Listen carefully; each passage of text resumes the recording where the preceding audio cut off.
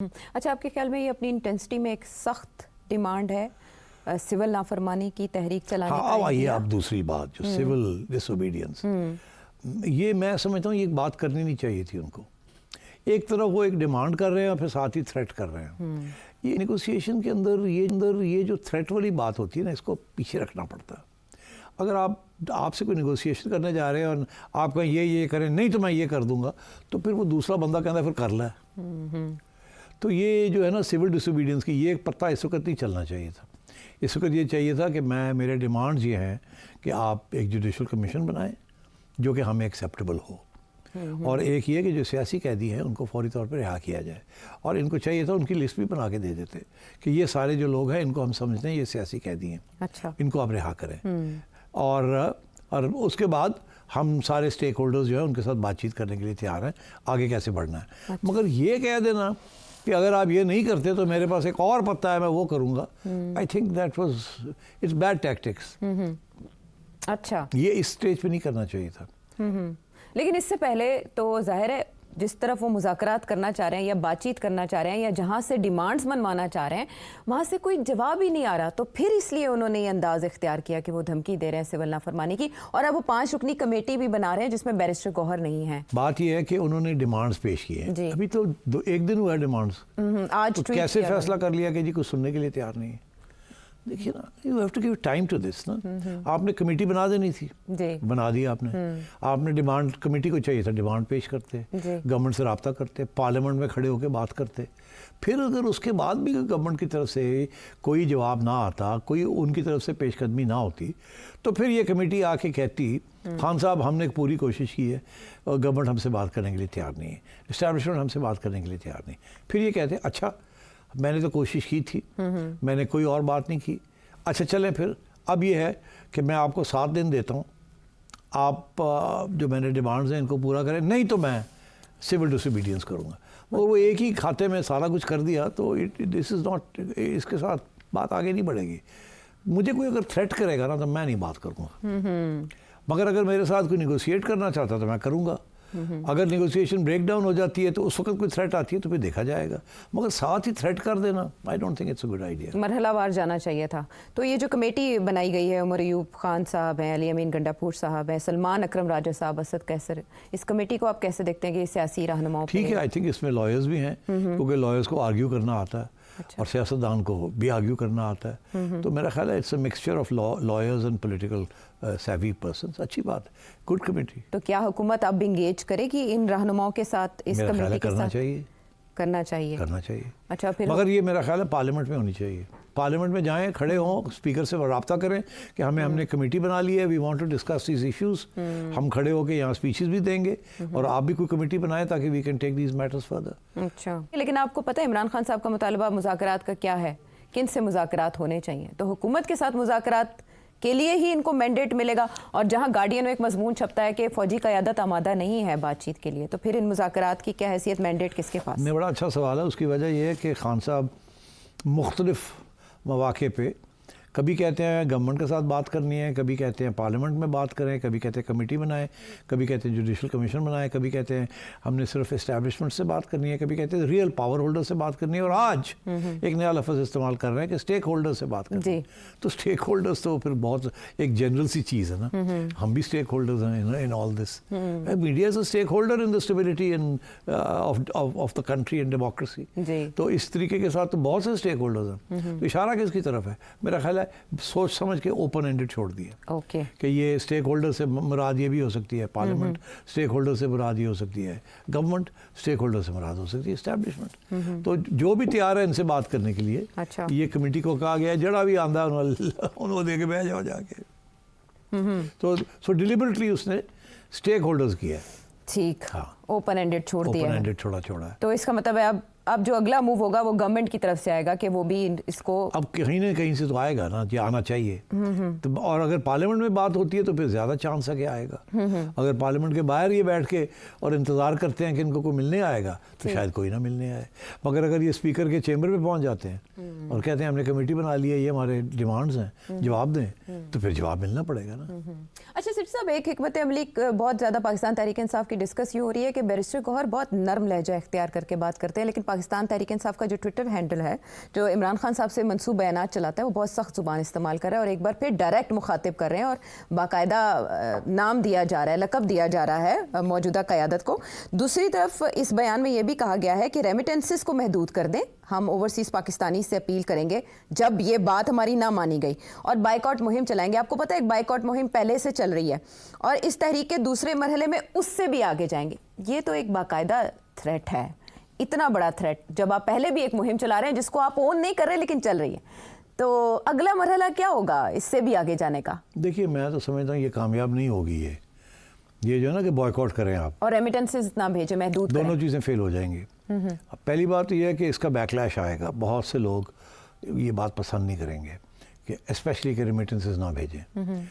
سب کو پتہ ہے ریمیٹنسز کیوں آتی ہیں, اس لیے تو نہیں آتی کہ عمران خان کہتا ہے واپس پیسے پاکستان بھیجیں. وہ تو جب بھی کہتا ہے پاکستان پیسے بھیجیں تو ڈھیلا نہیں آتا. پہلے بھی تو خان صاحب نے کہا تھا نا میں اب جب پرائم منسٹر بنوں گا تو میں اتنے ارب ڈالر لے کے آؤں گا. جی وہ مراد سعید صاحب نے بھی کہا تھا, ڈھیلا نہیں آیا. 100 ارب ادھر, ہاں بڑے بڑے لوگ بڑھ کے مارتے ہیں, کچھ نہیں آتا. لوگ پیسے پاکستان بھیجتے ہیں اپنی فیملیز کے لیے, ان کی دیکھ بھال کے لیے, اور یہ بیشتر لوگ یہ لوگ غریب لوگ ہیں جو کہ وہاں کماتے ہیں اور پیسے بھیجتے ہیں اپنے خاندان کے لیے. اور اس وقت جو پاکستان کے اندر زیادہ تر جو ریمیٹنسز آ رہی ہیں وہ انویسٹمنٹ کے لیے نہیں آ رہی, وہ آ رہی ہیں کنزمپشن کے لیے. یہ جو پیسے آتے ہیں نا اس کے ساتھ لوگ فونز خریدتے ہیں, ٹیلی ویژن خریدتے ہیں, بچوں کو اسکول بھیجتے ہیں, اپنی اسٹینڈرڈ آف لیونگ کو بڑا اوپر کرتے ہیں. تو اور انویسٹمنٹ نہیں ہے, اس کنزمپشن. یاد ہو نا کہ اس کے ساتھ فیکٹریاں لگ رہی ہوں, ان ریمیٹنس کے ساتھ فیکٹریاں نہیں لگ رہی. وہ جو پیسہ آ رہا ہے وہ خرچ ہو رہا ہے, اس کو روپیز میں ٹرانسلیٹ کیا جاتا ہے, وہ خرچ ہو رہا ہے. اسی لیے آپ جب جاتے ہیں تو شاپنگ مالز بھرے ہوئے ہیں مڈل کلاس. ابھی فار ایگزامپل آپ بڑے سے بڑا شاپنگ مال چلے جائیں, وہاں آپ کو امپورٹڈ چیزیں جو بڑی مہنگی ہوتی ہیں وہ کم نظر آئیں گی, لوکل چیزیں بہت سی نظر آئیں گی. اب سارا زیادہ تر لوکل سٹف آنا شروع ہو گیا. دبئی میں آپ چلے جائیں گے سارا کچھ ہی امپورٹڈ ہے. تو اب وہ لوکل سٹف کیا ہے, بہت سارا سٹف یہ ہے جو کہ یہاں خود بنتا ہے یا چائنا سے آ رہا ہے, اور وہ سستا مال ہے نا, it's not great fashion brands. ٹھیک ہے نا. تو میں یہ سمجھتا ہوں کہ ریمیٹنسز تو بڑھ رہے ہیں, ان حالات کے اندر بھی ریمیٹنسز بڑھ رہے ہیں, اور وہ اسی لیے بڑھ رہے ہیں کہ اچھا ریٹ مل رہا ہے, اور لوگ جو باہر کما رہے ہیں وہ اپنے لوگوں اپنی فیملیز کے لیے, والدین کے لیے, بھائیوں بہنوں کے لیے, ان کی تعلیم کے لیے, ان کی ہیلتھ کے لیے وہ پیسے بھیج رہے ہیں. پرانے زمانے میں تو یہ تھوڑی سے پیسے آتے تھے فار پراپرٹی ڈیولپمنٹ, وہ بھی آج کل بند ہے. آپ کو پتہ ہے یہ سارا ایشو آف فائلر ہے نان فائلر, اور اس کے اوپر بھی جو ٹیکسز لگ رہے ہیں, تو پراپرٹی بھی گری ہوئی ہے, وہاں بھی پیسہ نہیں جا رہا. اور زیادہ پیسہ جو ہے وہ جا رہا ہے شاپنگ میں, یا اب جو زیادہ پیسہ بچ گیا وہ اسٹاک مارکیٹ میں بھی جانا شروع ہو گیا ہے. اسی لیے اسٹاک مارکیٹ بڑھ رہی ہے. بٹ تو یہ نہیں رکے گی, یہ ہوگا, خان صاحب کہیں یا نہ کہیں. اسی طریقے سے جو بوائیکاٹ کی بات ہوتی ہے نا, وہ بہت ہارڈ کور لوگ ہوتے ہیں, وہ چند دن کے لیے بوائیکاٹ کر دیتے ہیں, بھئی فلانے کا برانڈ نہیں لینا ہے. اب فلسطین کے اوپر آپ نے دیکھا کہ بہت سے جوئش سپلائرز ہیں یا مینوفیکچرز ہیں, کچھ لوگوں نے بوائیکاٹ کرنا شروع کر دیا کہ جی جوئش پروڈکٹس ہم نہیں خریدیں گے, یا اسرائیلی جس کے ساتھ تعلق ہے تو یہ ہم نہیں کریں گے. But at the end of the day وہ زیادہ افیکٹو نہیں ہوتا. تو اس لیے یہ خان صاحب کی یہ جو کال ہے نا, ریمیٹنسز نہ بھیجیں, دس ول ناٹ ورک. اوکے. اور 13 دسمبر کو یوم شہداء پشاور میں منانے جا رہے ہیں خراج عقیدت پیش کرنے کے لیے. مین وائل بشرا بی بی کا ایک ویڈیو میسج سب کے سامنے آتا ہے, اور وہ یہ بتاتی ہیں کہ وہ وہاں سے بھاگی نہیں, وہ جو خان کے لیے نکلے تھے وہ انہیں چھوڑ کر نہیں جا سکتی تھی, ان کی گاڑی پر فائرنگ کی گئی. اب آپ کے خیال میں بشرا بی بی نے وہاں پر جو لواحقین تھے ان کو 1 کروڑ روپے کے چیکس بھی دیے ہیں, یہ کس حیثیت میں بشرا بی بی یہ باتیں کر رہی ہیں, اور کیا وہ 13 تاریخ کو جو یوم شہداء ہے اس میں بھی شرکت کریں گی؟ کیا پی ٹی آئی میں کوئی بڑی سرجری ہونے جا رہی ہے؟ کیونکہ ان سے منسوب یہ بیانات بھی چلائے جا رہے ہیں کہ لیڈرشپ ڈی چوک سے کیوں غائب تھی, اس کی تحقیقات ہوں گی. اور بانی کو مجھے ایک بات سمجھ نہیں آئی, ڈی چوک تو پہنچا ہی کوئی نہیں. عام لوگ جو اسلام آباد کے تھے یا کچھ تھوڑے لوگ جو آئے تھے وہ تو کوئی پہنچ گئے ہوں گے ڈی چوک, مگر زیادہ تر لوگ تو کم از کم 3-4 میل دور تھے, یا اس سے بھی زیادہ دور تھے. 1.5 کلومیٹر کہہ رہے ہیں, 1.5-2 کلومیٹر. تو مطلب دیٹس ڈفرنٹ. اب بشرا بی بی کہتی ہے وہ ڈی چوک تھی, تو ہمیں تو نہیں پتہ اس بات کا, یہ تو پہلی دفعہ میں نے سنا ہے کہ وہ کہہ رہی ہے میں ڈی چوک پہنچ گئی تھی. پہلے تو یہی سنا تھا کہ وہ ڈی چوک سے کافی دور ہیں, وہ سینٹورس مال ہے یا وہاں پلازا ہے یا وہاں کہیں پہنچی ہوئی ہیں, اور وہاں سے پھر